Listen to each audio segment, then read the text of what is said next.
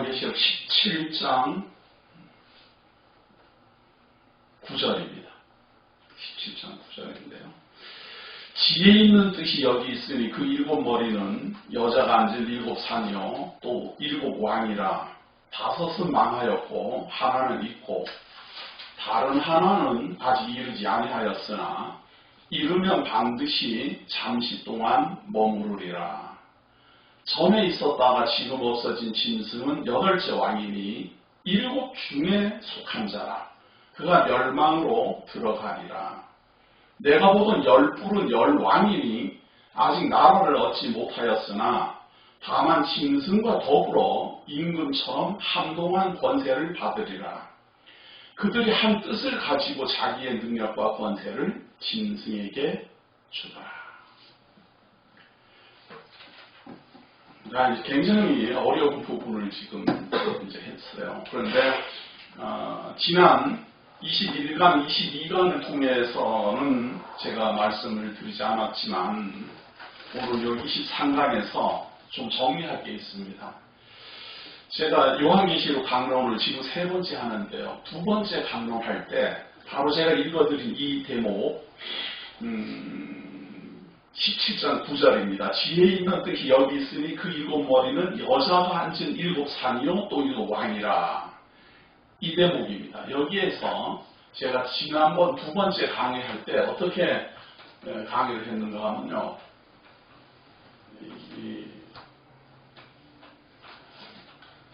참 이게 제가 볼 때도 타당성이 있고 마음에 상당히 들었는데 제가 제 스스로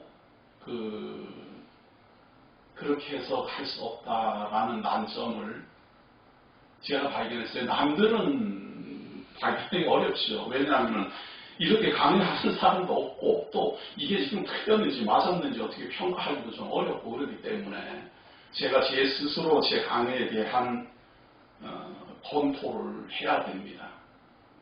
제가 어떻게 했는가 하면요. 바벨론 제국, 페르시아 제국, 그리고 헬라 제국, 로마 제국인데요. 이 로마 제국을 제정 로마와 공화 로마, 여기는 제정 로마입니다. 그래서 이렇게 다섯으로 구분을 했어요. 구분을 하고 그리고 이 제정 로마 이후에 서로마 제국 그리고 구분돼서 동로마 제국 이렇게 해서 하나, 둘, 셋, 넷, 다섯, 여섯, 일곱 왕을 제가 설명을 드렸어요. 이렇게 강의를 하고 과연 제가 이 강의한 내용이 옳은지 제가 이제 살펴봤는데 여기에서 큰 난점이 뭔가 하는 말이에요. 이 예수 그리스도가 제정 로마 시대에 예수 그리스도가 오셨거든요. 그런데 이 보면은 구절에 보면은 지혜 있는 뜻이 여기 있으니 그 일곱 머리를 여자가 앉은 일곱 산이요 할 때요 여자가 음녀거든요. 지금 음녀 권세인데 이 음녀 권세는 예수 그리스도 이후에 출현하는 겁니다. 왜냐하면 예수 그리스도를 믿다가 그러니까 젊어서 맞이하였던 신랑과 헤어지고 다른 남자를 구하는 음녀거든요. 지금 그러니까 예수를 그리스도를 믿고 예수 그리스도가 나의 주, 나의 메시아여, 나의 보호자라고 믿는 교회가 그 예수 그리스도를 버리고 세상 권세, 짐승 권세를 메시아로, 보호자로 이렇게 야합하는 것이 바로 음녀라 이 말이에요.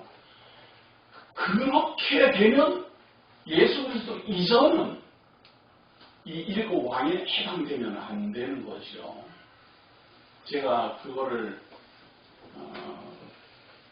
제가 강론한 것을 상당히 이렇게 뒤돌아보거든요. 뒤돌아보고 혹시 문제가 있지 않을까 이렇게 이제 점검을 했는데 요한계시록을 강론을 끝마치고 뒤돌아보면서 이게 큰 오류를 범했다. 제가 그걸 발견했어요. 음료는 예수 그리스도를 믿다가 예수 그리스도를 떠나는 권세입니다. 그러니까 이렇게 해석을 이제 할 수 없다라는 걸 제가 알고 제 스스로 제 두 번째 강의한 것도 제가 인터넷에 그대로 올려놨습니다. 제가 어떻게 강의를 했는지 한번 비교하시기 바랍니다. 제가 그대로 남겨둔 이유는 저도 이렇게 잘못 해석할 수 있고 또 어떻게 해서든지 바르게 해석하려고 또 살핀다 라는 것을 감추지 않기 위해서 그대로 올려놨습니다. 그래서 비교를 해보시고 그래서 이번에 세 번째 강론에서는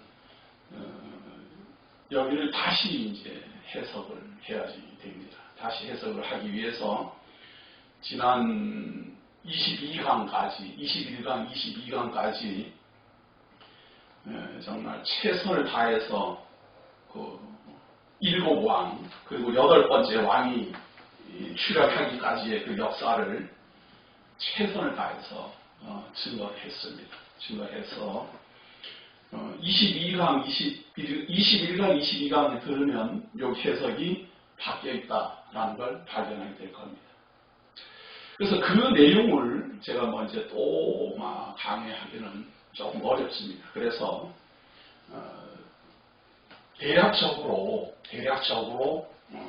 이제 요 17강 내용이 중세사거든요. 지금 요 17장 8절부터의 내용이 우리가 지나온 과거를 기록하지만 중세에 속하고 근세에 이르기까지의 요 예언의 내용이거든요.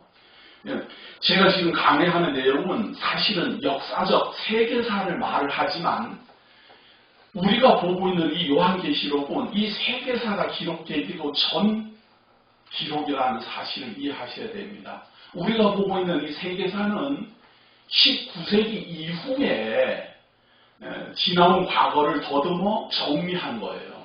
제가 지금 말씀드리는 이 세계사는.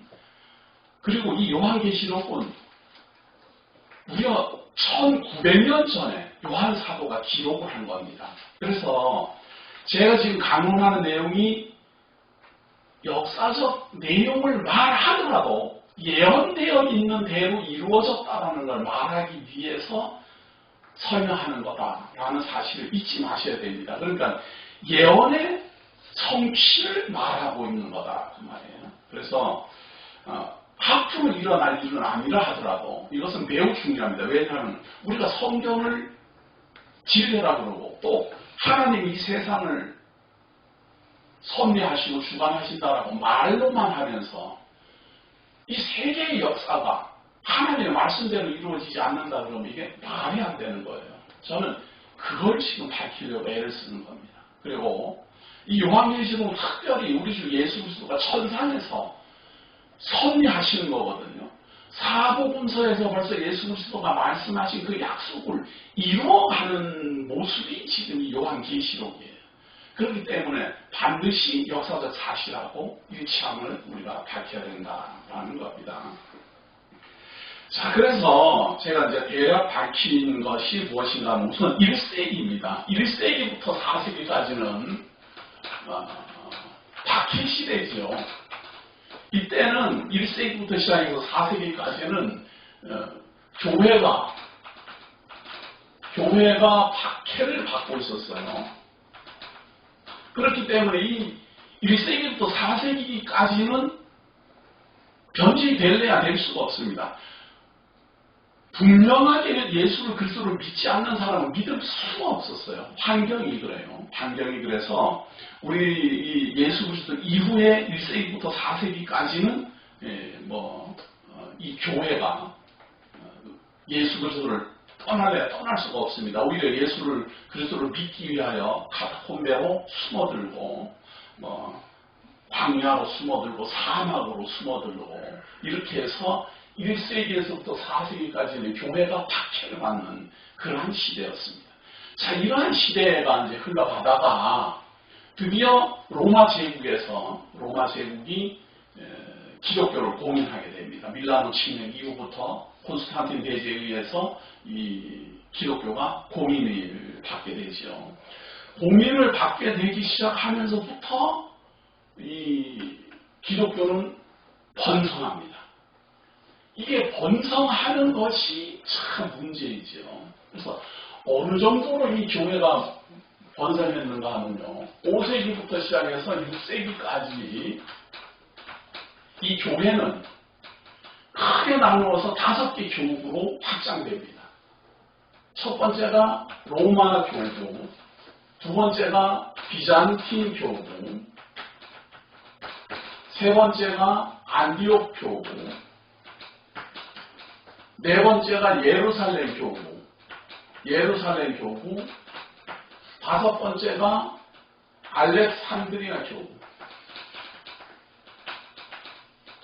이 어마어마하게 커진 거예요.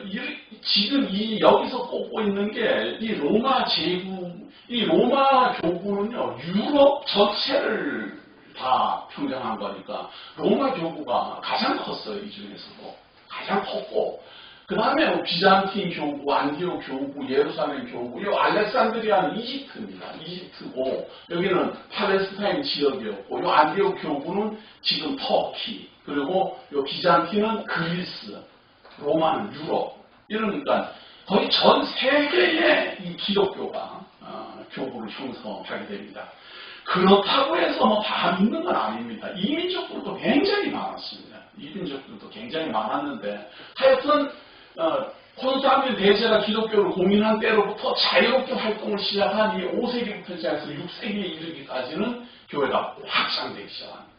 그런데 6세기에 이르러서 이슬람이라는 종교가 태어납니다. 이 이슬람은 말이에요, 그 확장 속도가 어마어마하게 빨랐습니다. 출현하면서부터 즉시로 사우디아라비아 전역을 석권합니다. 사우디아라비아 전역을 석권하는 데에 있어서 요 예루살렘 교구는 그냥 거기에 그냥 한 부분에 불과할 정도로 빠르게 확장됐습니다. 그래서 맨 처음에 예루살렘 교구가 이 이슬람 지역으로 넘어가. 그 다음에 알렉산드리아는 이집트 지역이에요. 이집트를 비롯한 아프리카 전역으로 이슬람 세력이 확장됩니다. 그리고 안디옥, 터키 지역은 당연히. 이 비잔틴은 이때 당시에 제가 말씀드린 것처럼 이 4세기 무렵에 동서로 로마가 갈라집니다. 이 콘스탄틴 대제가 서로마 지역, 이탈리아 반도에서는 이 통치하기가 좀 어렵다라고 판단을 했어요. 그리고 사실은 통치하기가 좀 어렵다라고 반대도 했지만 제일 싫었던 게 뭔가 하면은 교회였어요. 콘스탄틴 황제가 이 교회를 공인을 하고 교회가 이렇게 큰 교구를 가지게 되니까 이때 당시는 아직 교황이라고 심하지 않았음에도 불구하고 교부가 말이에요. 교부가 황제보다 이게 권위가 점점 더 높아지는 거예요. 그게 그럴 만한 게, 왜냐하면 황제도 예배드릴 때 가서는 무릎 꿇고 우리는 그걸 성찬이라고 하지만 그 성례식 할 때 말이에요. 우리는 교인 이 성도들하고 같이 성찬식을 다 나누잖아요. 그런데 이 가톨릭은 성직자만 먹습니다. 교인들은 그거 못 먹어요. 그래서 성찬하고 신부만, 지금도 아마 그렇게 할 겁니다. 지금도 이렇게 하고, 그리고 성도들에게는 조그마한 떡 하나씩 이렇게 나눠주는 그런 겁니다. 근데 그거를 황제도 안에서 받아먹어야 되는 거죠, 이게. 그러니까 이 황제가 이렇게 생각할 때, 이러다가 내가 아무래도 이거 교회에 수하노릇이나 하겠다, 이런 생각이 로마 황제가 들은 거예요. 콘스탄틴이 들은 거예요. 자기가 공인을 해가지고 교회의 힘을 입어서 황제로까지 됐지만, 그리고 적극적으로 후원을 하지만 그게 마음에 안 들어요.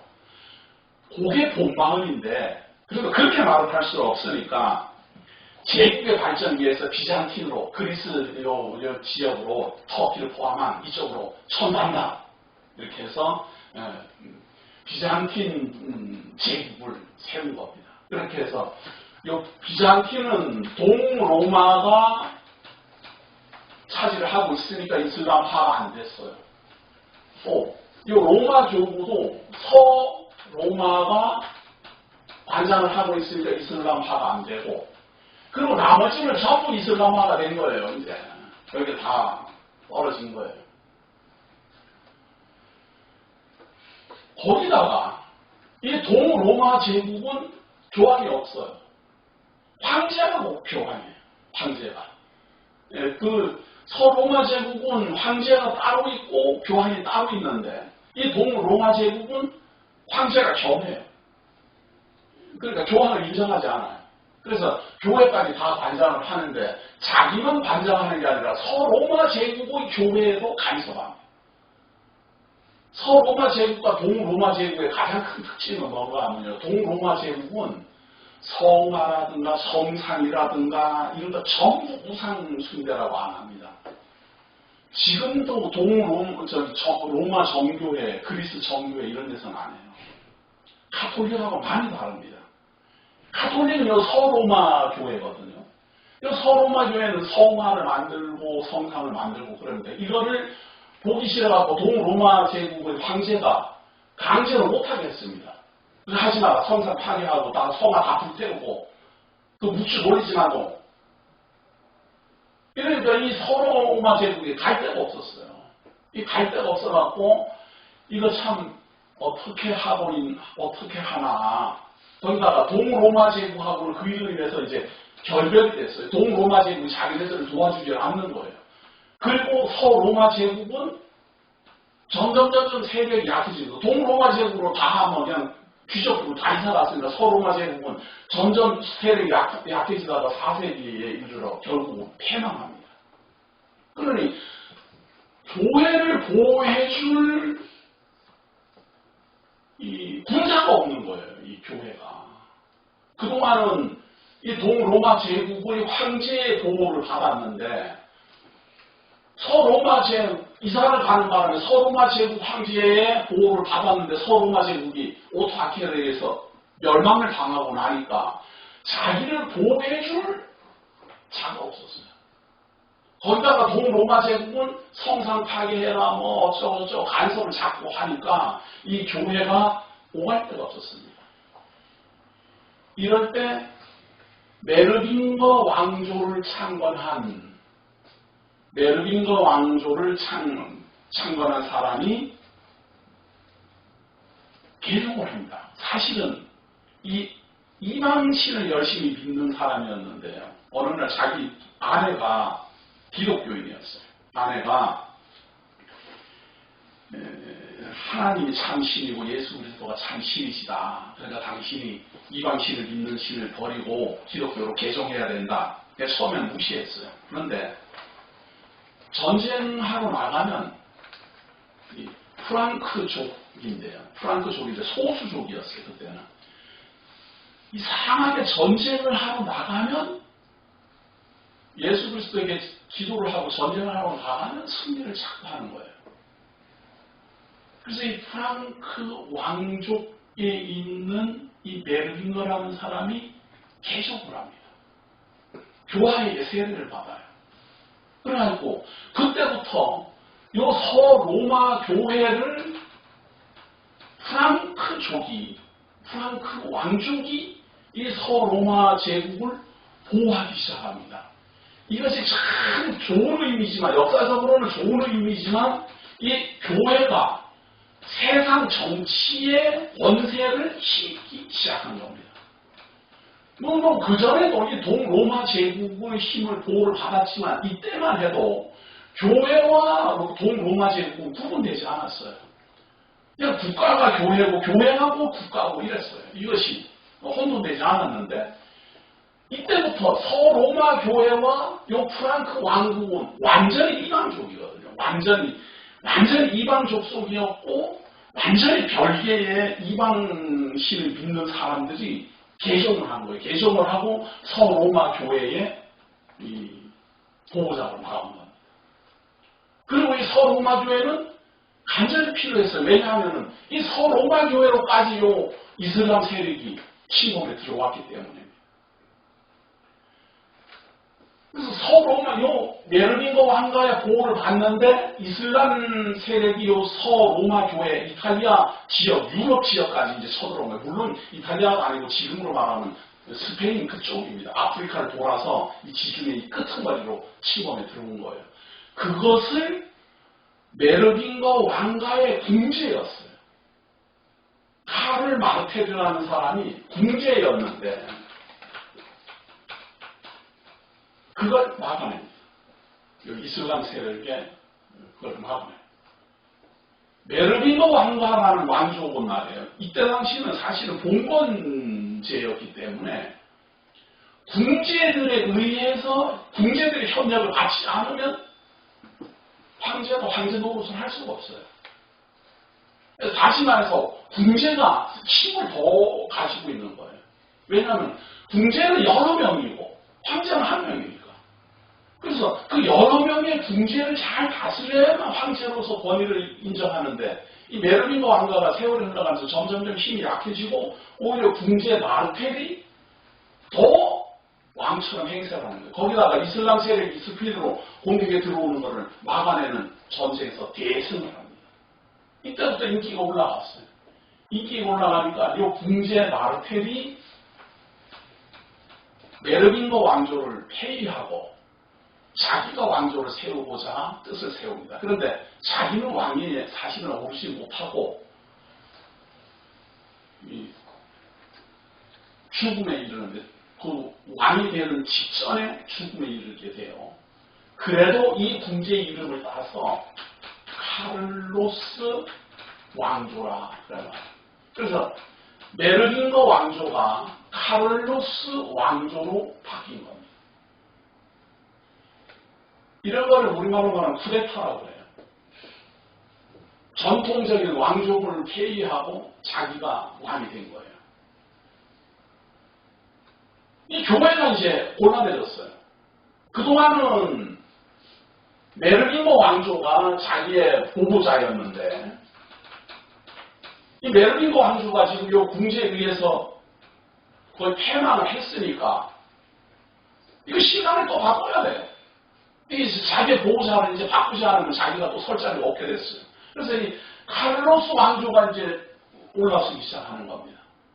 그런데 이 카를로스가 죽었어요. 죽고 나니까 피핀이 아들인데 이 피핀이 메르닌거 왕조를 완전히 폐망시키고 카를로스 왕조를 완전히 세워버립니다. 완전한 반역이죠. 완전한 반역. 그러면 교회가 당신이 그러고 되느냐 이거 왕을 폐위하고 당신 마음대로 이렇게 왕을 차지하면 안 되지 않느냐 이렇게 한 게 아니고 편을 들어줬어요. 내가 당신에게 협조하겠다. 대신 나를 좀 도와라. 그래서 피핀이 그러지 않아도 지금 자기가 정통성에 문제가 있는데 지금 이 메르닌거 왕조를 무너뜨리고 카를로스 왕자를 세우고 자기가 왕이 된 것이 이게 정통성에 문제가 되고 있는데 교황이 그거를 정당화해 주겠다는 거예요. 그러냐고 그래가지고 교황의 그 협력을 받아서 피피는 정통 왕가 카를로스 왕조를 세우게 됩니다. 그리고 이 교황에게 지금의 교황청이 있는 라벤다 지역을 하사합니다. 그 땅 지역을 하사합니다. 지금 많이 이제 줄어들었지만 처음에 줄 때는 굉장히 많은 부분을 하사했습니다. 그렇게 해서 교황은 이제 카를로스 왕조하고 또 이제 보호자가 된 거예요. 처음에는 동로마 제국이 자기네를 보호하다가 그 다음에 메르닌거 왕조가 자기네를 보호하다가 그 다음에 카를로스 왕조가 자기네를 보호합니다. 이런 걸 의미하라 그래요. 계속 바뀌는 거예요. 요 정치 권세가 어디로 가느냐에 따라서 계속 옮겨타격하는 겁니다. 자, 그 다음에 카를로스 왕조 중에서 가장 위대한 왕이 출현하게 되는데요. 피핀이 죽으면서 말이에요. 프랑크 왕기 때 가장 컸는데 이 피핀이 죽으면서 두 아들에게 이 프랑크 왕국을 나누어줍니다. 나누어주는데 나누어주자마자 첫 번째 아들이 죽어요. 그래가지고 그 나누어진 그것을 카를로스 마누라고, 이름이 똑같아요. 할아버지하고 이름이 똑같은데 구분하기 위해서 카를로스 마누라고 합니다. 보통 샤를 마누 대제 뭐 이렇게 칭하는 사람이죠. 샤를 대제라고 보통 칭해지는 사람이에요. 이 사람이 프랑크 왕국 전체를 다 통합하고 다 장악합니다. 지금으로 말하면 프랑스, 독일, 이탈리아를 다 차지하는 거예요. 그러니까 유럽 전역을 다 차지하는 겁니다. 이 카를 대제가. 그리고 카를 대제가 죽으면서 세 아들에게 나누어줍니다. 서프랑스, 중프랑스, 동프랑스 이렇게 나누어줘요. 그래서 각각 왕이 출연합니다. 여기까지가 메르링노 왕조는 처음 왕조가 개종함으로 말미암아 교황의 보호자가 됐어요. 첫 번째 왕입니다. 카를로스 왕조가 궁제에 의해서 등장합니다. 두 번째 왕조예요. 피핀 세 번째 왕이 교황과 결탁해서 절대적 보호자로 나옵니다. 그리고 카를로스 대제가 네 번째 왕입니다. 그리고 다섯, 여섯, 일곱째 왕이 됐는데 역사에 세계사에 다 나오는 겁니다. 이게 제가 지금 하는 이게 세계사를 지금 말하고 있는 거예요. 그런데 예언이 되어 있는 대로 지금 말하는 거니까 갖다 붙인다 이런 말을 듣는 건데 예언은 먼저 됐잖아요.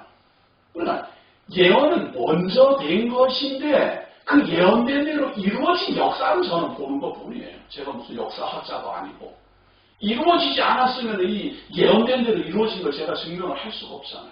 그런데 이렇게 세계 역사를 보니까 예언된 대로 이렇게 이루어진 역사가 있으니까 내가 그대로 밝히는 겁니다. 자, 이렇게 셋에서 똑같이 나누어졌는데 균등해서요. 이 서프랑크하고 동프랑크하고 중프랑크가 세력 싸움이 점점 벌어지면서 베르냉 조약이라는 걸 맺습니다. 서로 국경을 침범하지 말자. 그러면서 베르냉 조약을 맺었는데 그 베르냉 조약이 중프랑크는 이탈리아 반도 밑으로 쑥 내려버리고 여기 그러니까 자마 모양으로 생긴 여기만 중프랑크가 되고 요 서프랑크하고 동프랑크가 더 크게 차지해버린 거예요. 그리고 멜센 조약으로 인해서 요 중프랑크는 거의 작은 지역으로 밀려나게 됩니다. 그리고 동프랑크가 여기를 차지하게 되고 요 동프랑크에서 오토 1세라는 왕이 출연해요. 이 오토 1세가 요 교황의 권위를 높여주는 것뿐만 아니라 이슬람 세력 그리고 다른 지역에서 쳐들어오는 이민족들을 다 물리쳐줍니다. 그래서 교황이 이 오토 1세를 과거에 요 4세기경에 사라진 요 서로마 제국, 이 패망 있잖아요. 이 서로마 제국이 주전 700년부터 시작해가지고 주후 400년경에 패망이 467년인가 패망을 했잖아요. 이 패망한 요 서로마 제국이 부활했다. 그런데 부활하기는 부활했는데 하나님의 권세, 하나님의 힘, 하나님의 능력으로 세워진 제국이다. 그래서 신성 로마 제국 이렇게 칭합니다. 그러나 이 죽은 이 서로마 제국이 다시 부활한 겁니다. 이게 바로 여덟 번째 왕입니다. 여덟 번째 왕이지만 일곱에 속해 있어요. 그러니까 이 프랑크 왕족 중에 하나다 그 말이에요. 프랑크 이 교황하고 결탁한 일곱 왕들 중에 후손으로서 속해 있지만 여덟 번째 출연했고 신성 로마 제국의 황제로 등극합니다. 자, 여기까지가 이제 지금 유럽사입니다. 사실은 유럽사예요. 우리가 세계사라고 배우지만 유럽사잖아요. 우리가 그동안 배운 게 왜냐하면 러시아나 이쪽은 우리가 알 수가 없었어요. 그래서 유럽사가 그 세계사예요. 우리는. 그리고 기독교 중심으로 뭐 이렇게 됐기 때문에. 자, 이렇게 됐고 자, 11절 봅니다. 10절 봅니다. 또 일곱 왕이라 다섯은 망하였고 하나는 있고 다른 하나는 아직 이르지 아니하였으나 이르면 반드시 잠시 동안 머무르리라. 전에 있었다가 지금 없어진 짐승은 8째 왕이니, 전에 있었다가 이 서로마 제국이 있었다가 없어진 짐승은 8째 왕이니 7 중에 속한 자라. 그가 멸망으로 들어가리라. 이 오토 1세에 의해서 7 중에 속했지만 8째 왕인 신성 로마 제국이 이제 등장하게 됩니다. 자, 이 신성 로마 제국은 말이에요. 우리가 잘 그렇게 신경을 안 써서 그렇지 906년 9세기예요. 9세기. 9세기에 출현해가지고 17세기까지 진행합니다. 지금의 이 프랑스, 독일, 이탈리아를 다 합친 그런 겁니다. 그런 신성 로마 제국이 가는데 9세기부터 이제 시작이 됐어요. 9세기부터 이제 시작해서 한참 이제 번성해 갑니다. 번성해 가고 신성 로마 제국이 됐을 때는 거의 뭐 교황의 권위는 하늘을 찌를 듯이 높아졌습니다. 신성 로마 제국의 힘을 받으니까 그 힘이 절정에 달하겠죠. 그래서 6세기죠. 9세기부터 시작해서 11세기까지 신성 로마 제국이 교황청하고 이제 결탁을 합니다. 이때 가장 강력했어요. 교황의 힘이. 신성 로마 제국이 후원자가 됐으니까 힘이 가장 강력했어요. 그리고 11세기부터 시작해갖고 13세기 초까지 어떤 일이 벌어지는가 하면 신성 로마 제국은 옛날 서로마 제국의 부활이에요. 이게 부활이고 동로마 제국이 이때까지도 존재하고 있었어요. 그리고 또 한편으로는 이슬람 세력이 계속 이 동로마 제국을 공격하고 있었어요. 그래서 교황이 앞장서서 신성 로마 제국, 동로마 제국 둘이 연합해서 이슬람을 상대로 십자군 전쟁이 벌어집니다. 11세기부터 시작해서 13세기 초역까지 거의 200년 가까이 진행합니다. 이때 교황의 권위는 일반 어떤 왕들은 왕 추격을 들이지도 못했습니다. 가장 강력했습니다. 이 신성 로마 제국과 이 동로마 제국도 이때는 힘이 약해져가지고 오히려 신성 로마 제국에게 구원을 요청해야 됐습니다. 이슬람을 이길 재간이 없으니까 동로마 제국이 신성 로마 제국에 도움을 요청을 하니까 이 신성 로마 제국의 절대적 후원자가 교황이고 또 이 신성 로마 제국이 살아있는 하나님으로 섬기는 게 교황인데 어마어마하지요. 그렇게 지금 절대적인 그 힘을 입으면서 13세기까지 교황의 권위는 이게 참 중요한 이야기죠. 십자군 전쟁. 이 십자군 전쟁을 요한계시록에서는 유프라데스 강이 마르고 사람들이 그쪽으로 이동할 수 있다. 이 십자군 전쟁이 그렇게 육로로 들어오는 거거든요. 육로로 해서 팔레스타인 지역으로 들어서 전쟁을 벌립니다. 그리고 더러운 영이 두 임금과 거짓 선지자를 충족시키죠. 그걸 예언하고 있다는 사실이 정말 이게 정말 놀라운 이야기인데 말이죠. 놀라운 이야기인데 그것이 성경하고 관계가 있는 줄을 모른다는 것이 안타깝습니다.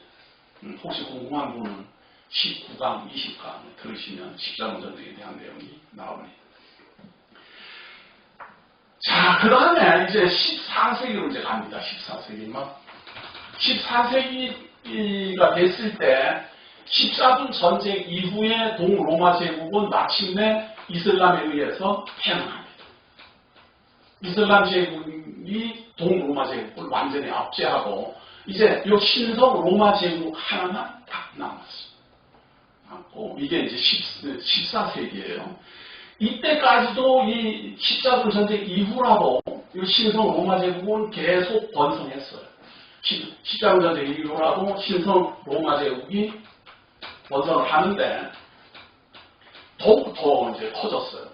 동로마 제국은 비록 망했어도 유럽 전체를 다 차지했으니까 신성 로마 제국이 번성하고 있을 때 옛날 프랑크 왕국이 서프랑크였어요.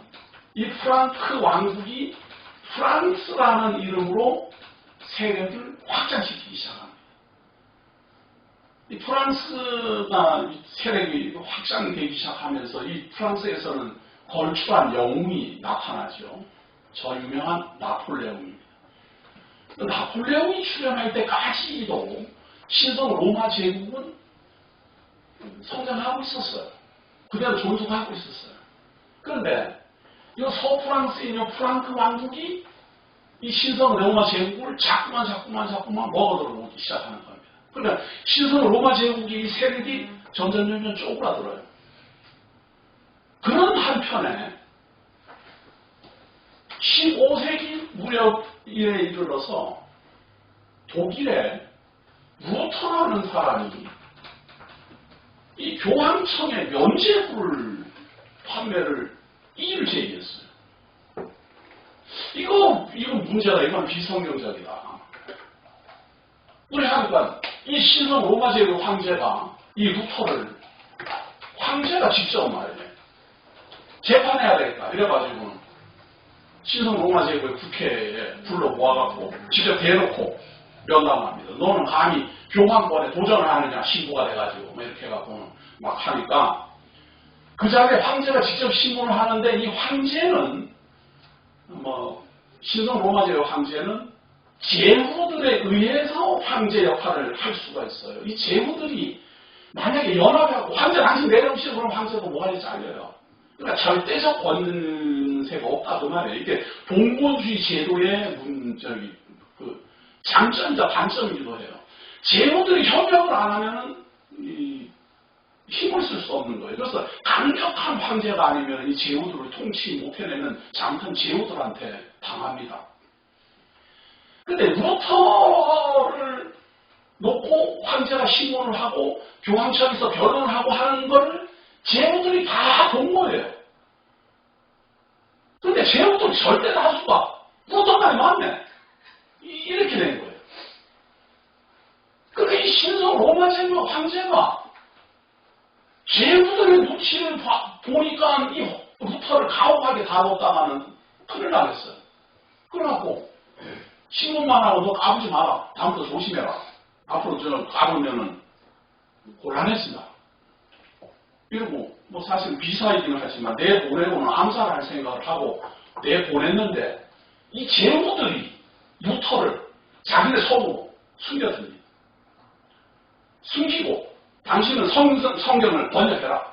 번역을 하고 이때 당시 이제 인쇄 기술이 나타났어요. 그래서 번역한 것을 인쇄를 해가지고 신약 성경만 번역해가지고 인쇄를 해가지고 뿌리도록 합니다.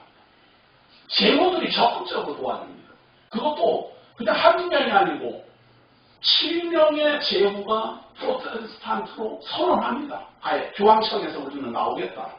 우리는 도저히 교황에 이제 협력 못한다. 황제는 정말로 곤란해졌어요. 거기다가 이 프랑스가 자꾸만 또 영토를 침범해와요. 그러니까 이 황제는 제후들의 눈치도 봐야 되지요. 요 프랑스가 처음 공격에 들어오는 것도 막아야 되지요. 그러다 보니 교황에게 적극적으로 교황을 옹호할 수 없습니다. 그리고 루터는 자신을 원하지도 않았지만 성서 번역을 하고 바깥에 나와보니 농민들 봉기가 일어났어요. 이게 종교전쟁입니다.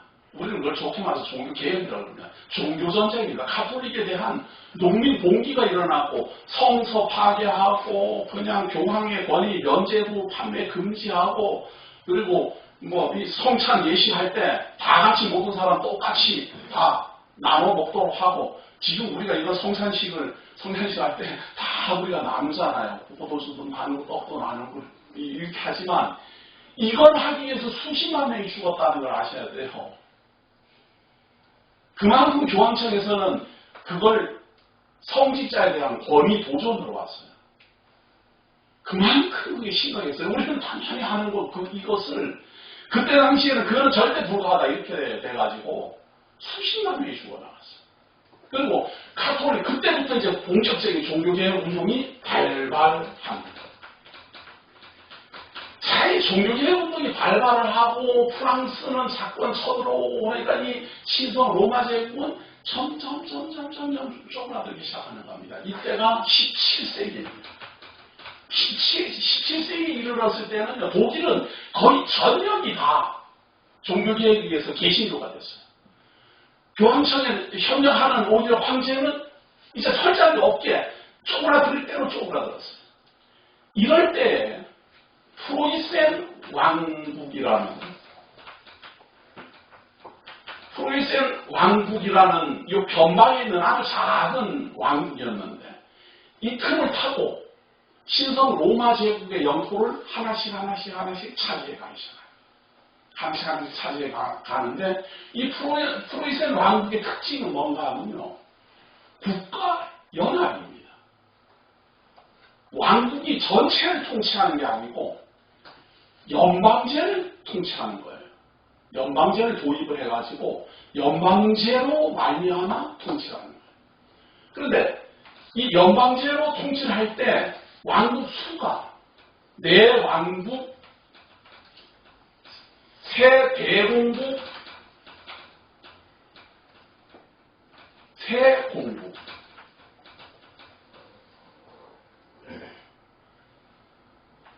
여기 크기예요.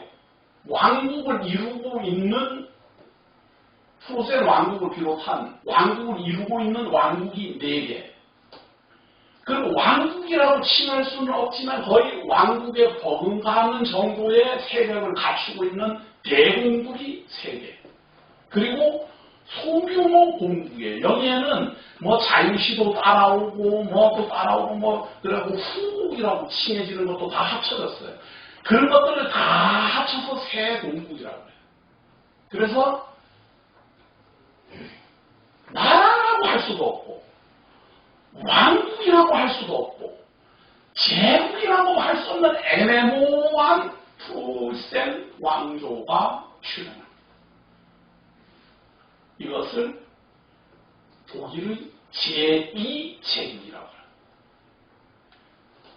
비스마르크라는 사람이 출연을 해요. 요 연방을 다 통일시킵니다. 다 통일을 시키고 제2제국이다 이렇게 칭하는데 요 제1제국은 신성 로마 제국, 제2제국은 비스마르크에 의한 요 프로이센 왕국의 통일, 제3제국은 히틀러가 자치 외쳤던 독일 연방, 그게 제3제국이에요. 자, 이렇게 우리 지금 근세서까지 이 요한계시록이 진행해 왔어요. 성경을 읽어봅니다. 12절 봅니다. 12절입니다. 17장 12절. 내가 보던 10뿔은 10왕이니 아직 나라를 얻지 못하였으나 다만 짐승과 더불어 임금처럼 한동안 권세를 받으리라. 이 정말 애매모호하지 않나요? 네? 10명의 왕은 맞는데 나라를 얻지를 못했어요. 그런데도 짐승과 더불어 임금처럼 권세를 받아요. 한동안. 지금 이 프로이센 왕국에 의한 연합국을 저는 아주 깜짝 놀라겠어요, 정말.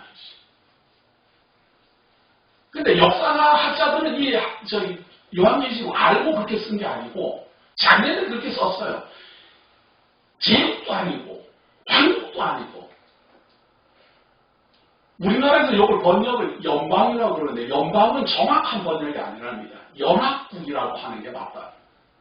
그러니까 이 프로이센 왕국은 연합적인 국가를 이루고 있는 거예요. 그런데 이 중에서도 이 영토의 5분의 3은 프로이센 왕국이에요. 가장 넓어요. 인구의 3분의 1. 요거 몇만 있어요. 인구의 3분의 1도 프로이센 왕국이에요. 그러니까 가장 커요. 그래서 실질적으로는 이 프로이센 왕국, 이 신성 로마 제국의 후임으로 출연하는 이 왕국이 가장 크지만 연합체를 이루고 있기 때문에 작더라도 공국도 한 세력으로 투표권을 가지고 있고 대공국도 가지고 있고 이렇게 가지고 있기 때문에 사실은 이 프로이센 왕조가 저도 다를 차지했다라고 해도 과언은 아님에도 불구하고 굳이 연방이라고 해요. 굳이 연합국이라고 해요. 그렇게 해서 국회에서 투표를 하고 한 사람의 판결을 인정하지 않습니다.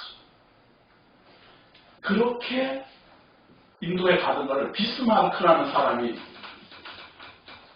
등장하면서 통일해요.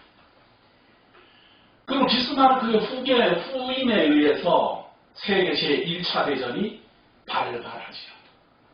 여기서 우리가 봐야 됩니다. 교황은 어디로 갔을까? 교황이 가야 되는 거죠, 교황. 교황이 신성 로마 제국에 의해서 보호를 받다가 루터의 종교개혁이 발발하면서 이 신성 로마 제국이 쪼그라들기 시작하고 교황을 보호할 수가 없어요. 거기다가 제모들이 프로테스탄트로 가담을 해가니 교황을 협력할 수 없어요. 거기다가 교황하기를 아주 우습게 한 알지도 못하는 프로이센 왕국이 전 유럽을 석권하는 대연합국을 결성했어요. 이 연합국을 결성하기까지 신성 로마 제국을 해체시킨 사람이 나폴레옹이에요. 신성 로마 제국을 완전히 해체시켜버렸어요. 황제 폐위하고. 그러니까 신성 로마 제국은 사라졌고 프로이센 왕국은 교황하고는 잘 알지도 못하는 이런 왕국이 등장하면서 연합국을 결성했으니 그러니까 여기 정확히 써놨어요. 13절 보세요. 그들이 한 뜻을 가지고 자기의 능력과 권세를 짐승에게 주었다. 이건 교황이 아니에요. 짐승은. 이 세상 정치인 말이에요. 그러니까 연합을 해서 프로이센 왕조에게 힘을 실어줬다는 이제 이런 이야기. 교황은 어디로 갔을까? 네? 교황 설 자리가 없어요. 설 자리. 여기서 교황의 권위는 땅에 떨어집니다. 땅에 떨어지고 프로테스탄트 종교개혁 운동은 더욱 유럽 전역으로 확대됩니다. 14절에 그들이 어린 양과 더불어 싸우려니와 어린 양은 만주의 주시오 만왕의 왕이심으로 그들을 이기실 터이요 또 그와 함께 있는 자들 곧 부르심을 받고 택하심을 받은 신실한 자들도 이기리라. 이를 이기리로다. 이때 당시에 종교개혁 운동이 발발했어요. 이거 우리가 그동안 종교개혁 운동을 너무 무시했어요.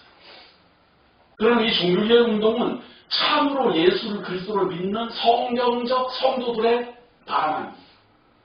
교황청에 대한 반발이요, 정치 권세에 대한 도전이었어요. 목숨을 내대고 발발했어요. 그런데 성경은 그걸 미리 예언하고 있습니다. 이길 것이다. 분명히 이길 것이다. 누구를? 음녀 권세를 이길 것이다. 자, 15절 보세요. 또 천사가 내게 말하되 내가 본바 음녀가 앉아있는 물은 백성과 무리와 열국과 방언들이라. 자, 일단 음녀가 앉아있는 물은 많은 백성 무리, 그리고 열국, 여러 나라들, 그리고 여러 방언들, 그러니까 여러 막 족속들이 막 다 교황권 아래 있었다고 말이에요.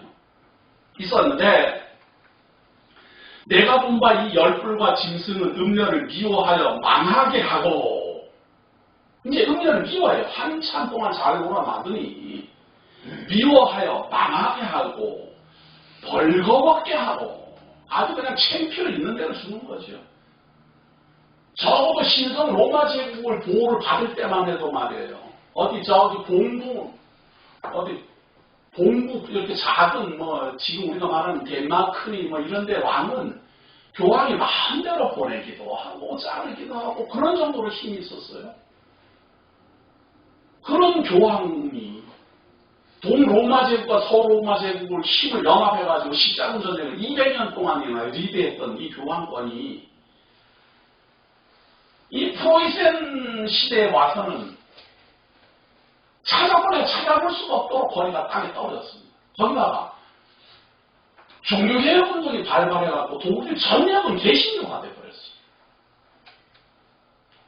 지금 이 독일이라고 칭해지는 게 사실은 프랑크의 후손들이거든요. 프랑크, 신성 로마 제국, 지금은 독일. 지금도 독일은 연방이라고 합니다. 독일 연방이라 지금도 칭해져요. 여러 부족이 합쳐져 있다. 그런 거예요. 내가 본 바 이 열불과 짐승은 음녀를 미워하여 망하게 하고 벌거벗게 하고 그의 살을 먹고 불로 아주 사르리라. 아주 그냥 교황의 권위가, 이 교회가, 이 음녀가 우리가 잘 봐야 돼요. 맨 처음에는 교회가 확장되었다가 6세기 이후부터는 지금은 동로마 제국이지만 6세기 이후부터는 동로마 제국의 협력을 받고 있다가 십자군 전쟁에 있는 시대에는 가장 강력한 힘을 발휘하다가 신성 로마 제국의 도움을 받아서 권세를 있는 대로 누르다가 이제는 루터의 종교개혁이 발발하고 자기에게 힘을 실어주지도 않는 프로이센 왕조가 출현하고 여러 대공들이 여러 공국들이 이 프로이센 왕조에게 힘을 실어주니 교황은 갈 데가 없어요. 만약 이런 일이 없었으면요, 지금 이 가톨릭의 세력은 어마어마할 겁니다. 이 종교개혁이 발생하지 않았으면 이 음녀 권세에 대해서 정말 대항할 자가 없었을 겁니다. 그런데 무려 1800년 전에 지금 이 요한계시록이 이걸 기록하고 있다는 사실에 우리는 적응해야 됩니다. 내가 본 바 이 열불과 짐승은 음녀를 미워하여, 열불과 짐승은 짐승권세잖아요. 짐승권세. 이 지금 로마 제국부터 시작해서 출현했던 그 짐승권세가 음녀를 미워해요. 그동안 계속 보호하다가 교황을 미워하고 망하게 하고 종교개혁이 일어나서 벌거벗게 하고 그의 살을 먹고 불로 아주 살을, 그의 살을 먹는다는 건 교황령을 다 뺏어버린 거예요. 그냥. 교황령이 말이에요. 사실은 이탈리아 이 반도에서도 굉장히 넓은 지역이었어요. 근데 종교개혁이 발발하면서 많은 부분이 다 뺏깁니다. 많은 부분이 지금 바티칸 지역만 남았어요. 이는 하나님이 자기 뜻대로 할 마음을 그들에게 주사 한 뜻을 이루게 하시고 그들의 나라를 그 짐승에게 주게 하시되 하나님의 말씀이 응하게까지 하시니라. 이런 일이 왜 일어났을까? 하나님이 말이에요. 이 열방, 이 프로이센 왕국 이후, 비스마르크에 의해서 독일의 제2 제국, 다 이런 것들이 그렇게 자기의 뜻대로 하도록 하나님의 그런 마음을 줘버렸어요. 그리고 종교개혁이 일어나면서 프로이센 왕국도 그렇고, 그 뒤에 일어나는 비스마르크도 그렇고, 제3제국으로 등장하는 히틀러도 말이에요. 교황에게 우습게 합니다. 오히려 이용합니다. 1차 세계대전 때도 교황 알기는 우습게 알았지만 2차 세계대전 때도 교황 알기는 우습게 알았어요. 교회를 오히려 이용했어요. 앞세우고. 그리고 교황은 마침내 히틀러를 메시아라고 선언합니다. 안 그러면 죽을 텐데요. 안 그러면. 참 그렇게 하고도 지금 참 뻣뻣할 때 살아있는 거 보면 정말 참 진짜로 나는 왜 살아있나 저희는 지금 불로 아주 살고 그냥 아주 그냥 끝내버려야 되는데 왜 살아있나 싶어주니 아직 18장이 남았어. 이거 이후올라면 살려놔야 돼요 지금. 18절 보세요. 또 내가 본 그 여자는 땅의 왕들을 다스리는 큰 성이라 하더라. 지금 점점 땅의 왕들을 다스리는 세력을 이 가톨릭은 키워가고 있어요. 옛날 영광을 되찾기 시작하고 있어요. 왜냐하면 이 개신교가 말이에요. 종교개혁 이후 16세기 종교개혁이 발발했다는데 사실은 16세기부터 시작된 종교개혁이 19세기까지는 잘 번성했어요. 개신교가 잘 번성했고 잘 성장했어요. 그런데 안타깝게도 이 개신교에서 자유주의 신학이 나오면서 성경의 무호성이 무너집니다. 종교개혁 시대만 해도 오직 성경, 오직 믿음 이거였잖아요. 근데 자유주의 신학이 나오면서 성경이 무슨 무호하다는 말이냐, 성경이 무슨 뭐 하나님의 말씀이라는 말이냐, 뭐 어쩌고 이러면서 이 성경의 권위가 무너졌어요. 그래서 절대적인 이 종교개혁 운동은 오직 성경만 하나님의 말씀이다. 교황이 말하는 게 하나님의 말씀 아니다. 여기 거짓이 많고 잘못된 게 많고 그러니까 개혁해야 된다. 이렇게 해서 16세기부터 일어난 종교개혁 운동입니다. 그 운동의 영향을 받아서 그동안 절대적 권세를 가지고 이 음력 권세가 땅의 왕들을 통치하고 마음대로 했지만 그 권위가 약해질 대로 약해졌어요. 누구든지 글만 읽을 줄 아면 성경대로 보면은 뭐 가톨릭 사는 게 전부 엉뚱한 거 다 아는데. 그러니까 절대적으로 이 가톨릭 세력이 그때부터 급속도로 축소되고 개신교가 급속도로 성장을 했는데 19세기서부터 자유주의 신학이라는 말이 소위 성경에 대한 무호성이 무너지고 성경도 헛장이 많다. 인간이 쓴 것이다. 거기에 무슨 뭐 첨부된 게 많다. 또 한편으로는 신비주의 운동이 나타났어요. 성경 볼 필요 없어요. 계시 받으면 되니까. 그래서 또 신비주의 운동에 의해서 성경의 무호성이 무너집니다. 성경은 지식만 알게 한다는 운동, 성경은 무슨 그거는 저기 학자들이나 하는 거지 무슨 소리냐. 뭐 특히 저 같은 사람은 이런 역사적 해석을 많이 하니까 성경이 역사지 무슨 계시지 무슨 역사냐 이런 비웃음 이러는 바람에 성경 해석에 대한 이 정말 적극적인 연구가 중단되고 말았어요. 더욱 성경을 널리 전하고 더욱 자세히 풀어 가르치고 더욱 확장해줘야 될 이 종교개혁 이후에 우리 후손들이 오히려 19세기 이후부터 축소돼서 어떤 일이 벌어지는가? 아무도 하나님 안 믿어요. 아무도 하나님 믿을 수가 없어요. 왜냐하면 근거가 있어야 말이죠. 뭐 근거가. 하나님의 말씀이라고 그동안 주장되었던 성경은 오류 투성이다 이렇게 선포됐고 수많은 학자들마다 다 그렇게 떠들고 앉아있고 또 신비주의자들은 그냥 보았다 들었다 깨달았다 자기 마음대로 성경하고 관계도 없는 이야기로 많은 사람들을 잘 속여놓고는 잘 배부르게 먹다가 죽어가고 누가 교회 다니겠어요? 누가? 근거가 없는데 근거가.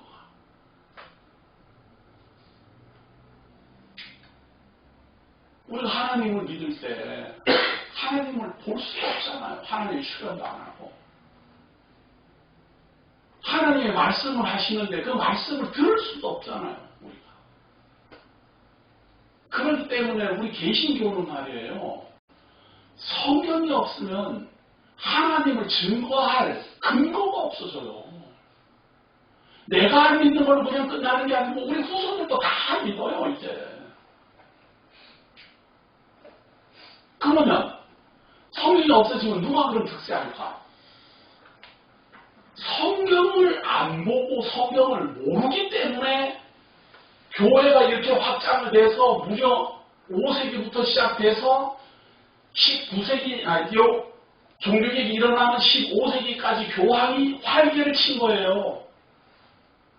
일반 백성들은 성경을 볼 수가 없는데요. 뭐 성경이 뭐라고 써있는지 모르니까 거짓말해도 모르고 성경이 이렇다고 하면 그런 줄 알고 그래서 절대적으로 성경을 비밀로 감추어진 걸로 해서 성직자들만 보고 교황만 보고 이렇게 해서 성도들은 무조건 그냥 성직자 하자는 대로 하도록 할 때 교회는 타락했어요. 그 교황을 이긴 것이 바로 성경이에요. 성경. 우리는 종교개혁이라면 이 종교개혁이 힘이 어디서 나왔는가 하면 성경 번역에서 나왔어요. 근데 지금은 왜 성경을 이렇게 번역을 해놨는데도 사람들이 이 성경을 보지를 않을까? 보나마나 그거 하나님 말씀 아니다라고 먼저 교육을 받아서 그래요. 요한계시록 요한이 쓴 것이 무슨 뭐 그걸 뭐 하나님 썼냐? 이런 말. 마태복음에 마태가 쓴 것이 무슨 뭐 하나님 썼냐? 거기다가 또 잘난 척하고 성경은 그때 당시에 신앙인들의 신앙 고백서다. 아주 이게 지금 현대인들에게 얼마나 잘못해 들어가는지 말이죠. 네? 성경은 하나님의 계시가 아니고 그때 당시 신앙인들의 신앙 고백이다. 이게 무슨 신앙 고백이에요? 예언인데 전부 다. 하나님이 사도 요한을 통해서 지금 예언한 대로 이렇게 정확하게 이루어져 가는 이런 역사를 보면서 어디서 그런 만발을 해요? 근데 왜 이걸 모를까? 한 전통 교회에서도 지금 요한계시록 먼저 못하게 합니다. 왜냐하면 해봐야 난제만 많고 뭐 해석도 못하겠고 그러니까 가르치지 말라는 거예요. 그러다 보니 이단들만 그냥 이거는 저거다 저거는 이거다 이거는 기류다 이건 상징이다 어쩌고 마음대로 찢어버리라고 요한계시록 강요한다고 야단이고 성도들은 그런 데 가면 또 처음 들어보니까 신기해갖고 가고